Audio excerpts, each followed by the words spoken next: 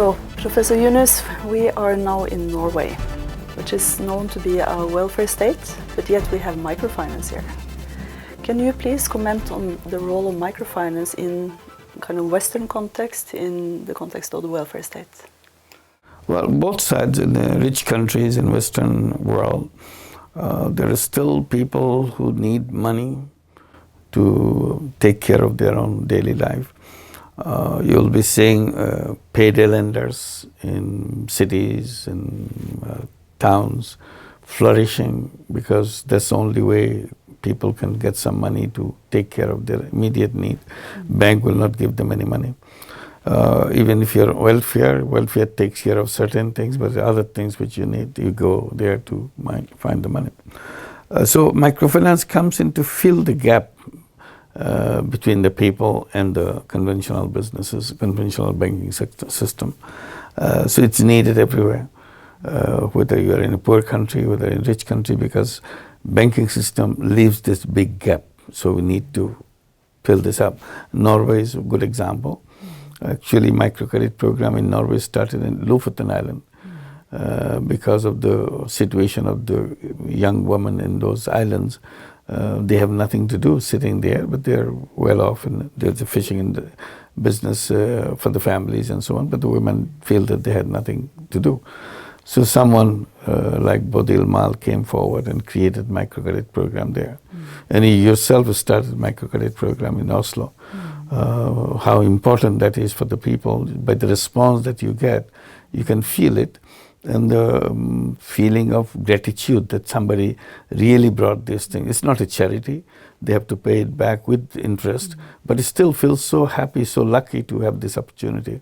So you need these systems like microfinance and financial services for the people who are stuck with the situation of being rejected by the conventional system.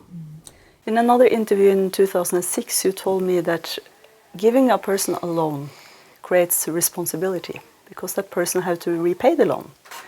Can you comment on this when it comes to personal responsibility and the situation, the crisis we see in Europe, youth unemployment, and do people have some other options?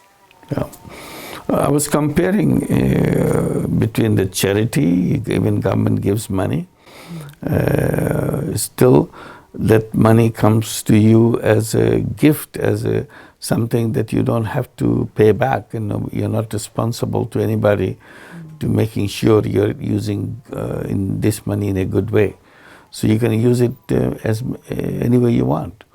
And some people, in extreme cases perhaps, use it in drinking because they have nothing else to do. So they will drink with that money. So this is a kind of misuse of the money which was intended to give you to proceed with your life. But if you give a loan, the point I was making, you are making a commitment when you accept that loan, that I'll use this money in a way it generates income for me so that I can return the money to you plus the interest in it. So that's a big undertaking. And both sides have gone through this negotiation, how you're going to use this, what kind of businesses, income generation you'll create, and all these things. And that itself is a role that you can play by bringing the loan part of it rather than the charity part of it. So then you become serious how to make it happen, and the people who gave you the money, they also monitor whether you are using the money proper way. So that responsibility makes you to use your own capacity to make sure you make good of the agreement that you made. And that's an important step forward. So when I look at the European microfinance sector, it's stretching all around Europe now, East and West. What role do you see for the microfinance sector in relation to social business? Microfinance itself is a social business. That's how we dreamt about, that's how we created it all about. Some people today misuse the idea of microfinance. They commercialized it. They want to make money from microfinance. And that's abuse of the concept of microfinance. So we go back to the social microfinance, And that's what the social business is all about. We want to do a business to solve a problem rather than make money personally out of the business. So it's a non-dividend company to solve human problems. And they're very close to each other. And once you start with microfinance, it's very easy to move into other areas of social business in terms of education, in terms of healthcare, in terms of employment generation, in terms of environmental issues, in terms of housing, hygiene, anything that you can now address by creating social business. Microfinance is one particular form of social business, but once you want to open up in other directions, that's where you need a broader picture of social businesses. Like today, there are a lot of young people unemployed in Europe. The country is rich, but young people have no jobs. They're sitting around, they're frustrated, and they're even talking about a lost generation. The whole generation will not be able to find a life for themselves. What a shame that you belong to a rich society. At the same time, you have no future for yourself. So I said, that's the wrong thing. We can make it fixed. We can make it do it if we turn the unemployment into entrepreneurship. And microfinance becomes a very important tool in that. We can create other sorts of financing, like creating social business fund and invest in the business ideas of the young people, and you become partner. So it's something you do together and make the young person successful, and so that that successful business can pay you back, return the money that you gave, and be on its own, on her own. This is how it can be done. So it's very challenging thing. Microfinance is good, that is already known. Social business can be built on it, and it becomes very important. It's a very creative thing. That's what the young people love, that you can now express your own creative idea. You can use your imagination, and imagination can lead you things. You're not stuck that I don't have a job, so I don't have to do anything. I can't do anything. So young people create their own jobs this way. Absolutely. Yes. Yeah. It's a wonderful not concept. Only young people create their own jobs. I'm saying they should be believing that we are not job seekers, we are job creators.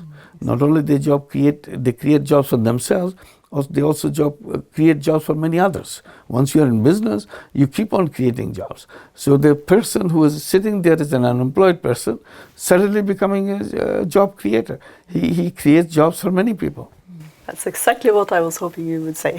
Thank you. So just to finalize this, I know in Hungary they have a very specific problem with the regulatory environment for microfinance and so on. Sometimes, governments find it difficult to see us as different from the rest of the financial sector. That's a problem also in other countries in Europe. Do you have any advice? Yeah, I've been struggling with that in Bangladesh for a long time, and we are saying government should create a separate regulatory authority for microfinance sector. So it shouldn't be given to the conventional regulatory authority, because conventional regulatory authority regulates only the banks, and microfinance is a completely different thing. So those regulators don't understand what microfinance is. In order to make that happen in a proper way, you need an independent microfinance regulatory authority. And Bangladesh has created that independent regulatory microfinance authority, and that way they specialize in this particular way. And microfinance feels comfortable because they understand what we are for, what kind of business we are doing. They're not looking for something which doesn't exist with us. It may be important for conventional banking, but it has no relevance to us. So why should we be subjected to those rules and regulations of the other type of regulations? So I think it's a separate regulatory authority is very important for microfinance. Then it helps build up the entire microfinance sector. Before we can reach that in places like Hungary and Norway, at least we have a good system that was created in Hungary by the organization behind this TV channel, FEA, and the name is Credinfo. Just very, very last, the role of IT systems in microfinance, the importance of keeping track of what is going on with IT systems. We are very lucky that we are doing all these things in a time when IT has become a blossoming sector, bringing technology to do many things. And we are bringing it to microfinance. What to take a very time-consuming, very labor-intensive process, by introducing IT, it becomes very simple. Many thousands of hours of work can be done in seconds because of the technology itself. So remote monitoring becomes easy because we can communicate through the internet and so on. So it is a big help. And as a result, the cost of operation goes down and the efficiency of the system goes up. You can introduce new ideas of banking into it to reach out to the remote people and communicate with them, transferring money through them through using the internet facilities and so on. So I would say the technology will facilitate it, make it easy, much more than we ever thought. Thank you so much. Thanks to that system, we can now start doing that in Norway. Thank you. We have replicated. Well, I'm very happy that it now we done. can reach the Lofoten Islands with our IT system made in Hungary. Absolutely. So look at that. Thank you so much. Thank you.